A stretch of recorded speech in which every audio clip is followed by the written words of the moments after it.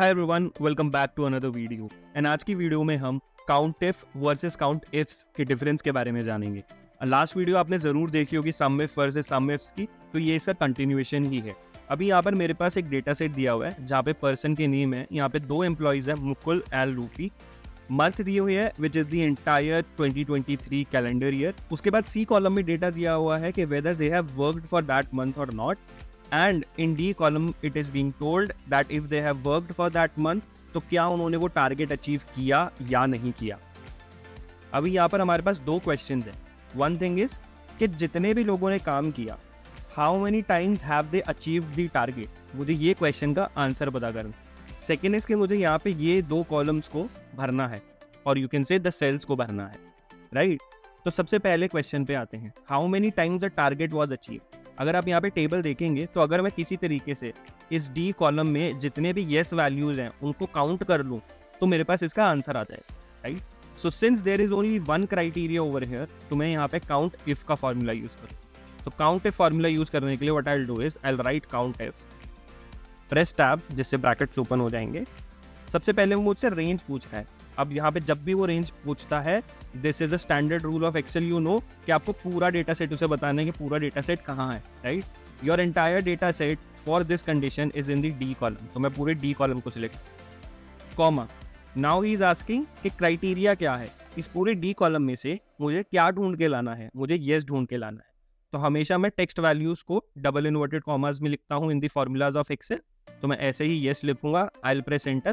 तो आप यहाँ देख रहे हैं यहाँ पे 8 टाइम्स टारगेट जो है वो अचीव किए गए हैं। अगर आप यहाँ पे काउंट भी करेंगे तो it will come to 8 only. अब फिल्टर भी करके देख लेते हैं just to be very sure. And if I just apply, तो आप यहाँ देख रहे हैं 8 टाइम्स जो टारगेट्स थे वो अचीव किए गए थे। अभी मैं यहाँ से फिल्टर हटा दूंगा। नाउ अभी यहाँ पे मुझे बताना है कि पर्सन वाइज कितने नंबर ऑफ मंथ्स किसी ने काम किया था, एंड अगर उन्होंने जितना काम किया था उन्होंने कितने टाइम्स टारगेट अचीव कर लिया। एंड यहाँ पे हम उसकी परसेंटेज भी देख लेंगे कि how many times have they achieve the target for the months they have worked, okay. अब क्योंकि यहाँ पे मोर देन वन कंडीशन कैसे हुआ कि मुझे ये भी चेक करना है कि मुकुल का नेम हो इन ये कॉलम।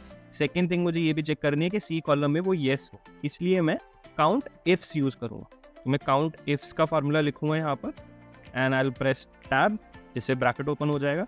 अब फिर से देखिए मैं उससे क्राइटेरिया रेंज पूछ रहा है। रेंज का हमेशा मतलब होता है मुझे पूरा डेटा सेट बताना है जहाँ पे डेटा है। अब मेरा फर्स्ट थिंग इज कि मुझे यहाँ पे मुकुल को फिल्टर करना है, तो मैं पूरे ए कॉलम को सिलेक्ट करूँ कॉमा। अब ए कॉलम में मुझे क्या ढूंढना है, मुझे मुकुल का नेम ढूंढना, आई जस्ट सिलेक्ट कॉमा। अभी मुझे ये पता करना है कि सी कॉलम में से कितने टाइम उन्होंने वर्क किया है। अब जितनी भी बार उन्होंने वर्क किया है वहाँ पे येस लिखा है, तो मैं यहाँ पे क्राइटेरिया दे दूंगा डबल इन्वर्टेड कॉमास में yes and I will close brackets. तो आप यहाँ देख रहे हैं मुकुल ने 12 मंथ्स में से 9 मंथ्स काम किया। सिमिलरली अगर इस फॉर्मूला को मैं ड्रिल डाउन कर दूं एंड लूफी के लिए देखूं तो लूफी ने अराउंड 7 मंथ्स काम किया है out of the total 12 months. अभी मुझे चेक करना है कि कितने टाइम्स उन्होंने टारगेट अचीव किया है, राइट। तो again I will use the count ifs formula. मेरी पहली कंडीशन क्या होगी कि नेम मुकुल होना चाहिए, तो मैं पूरा ए कॉलम सेलेक्ट करूंगा कॉमा, मैं बोलूंगा इसमें से मुकुल ढूंढ के कॉमा।